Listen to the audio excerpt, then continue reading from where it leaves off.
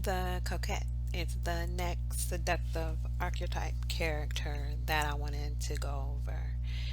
The chapter starts by saying the ability to delay satisfaction is the ultimate art of seduction. While waiting, the victim is held in thrall.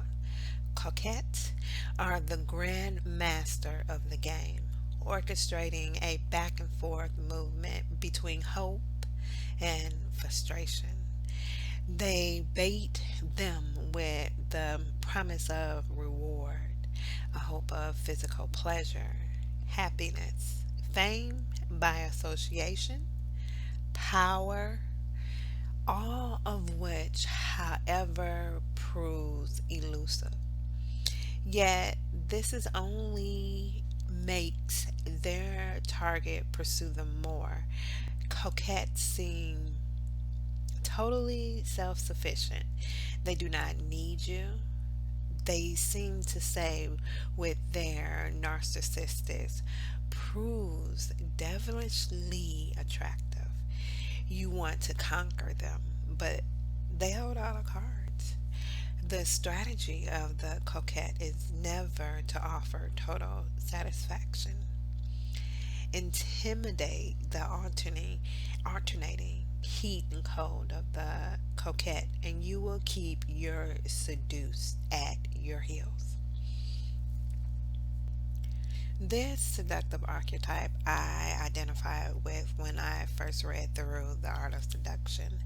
I noticed that there were things that the coquette did that I naturally did. I can at times naturally just go into like a self involvement phase. I was totally self sufficient and confident. I had and thought that everyone had an inner core of detachment and self love for themselves. Um, so, in reading this, I totally identified with this archetype.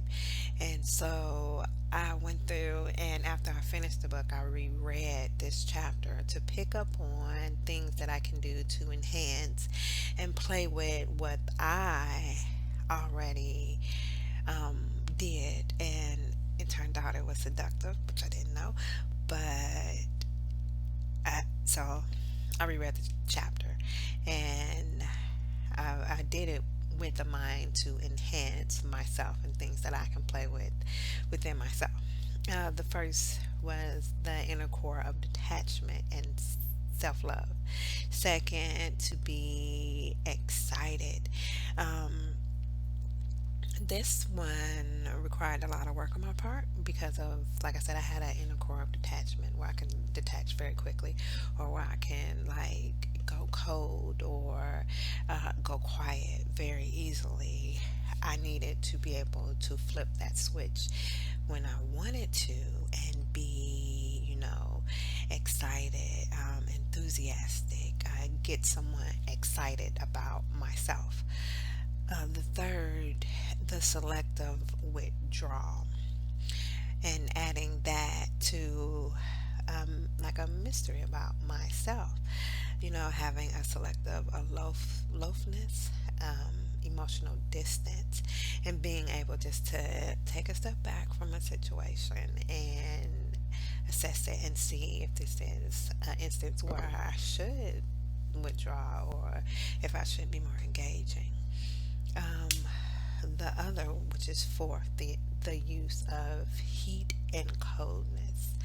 So I never deliberately at first used the heat or the cold. It just kind of like came about out of whatever emotional state that I was in. So if I was cold, I was cold. If I was heat, I was heat. So I guess using that with like the selective withdrawal or the using my inner core of detachment when I needed to. The fifth is holding yourself back, being able to stop yourself from talking, being ambiguous and contradicting.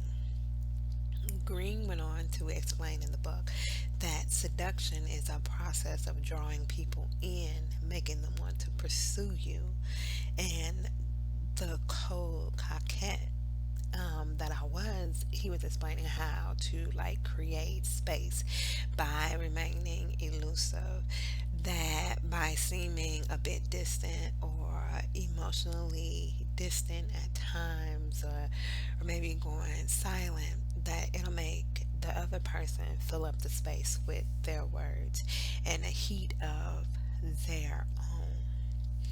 Also, another big takeaway that I had got from this book and several books is the ability to control yourself.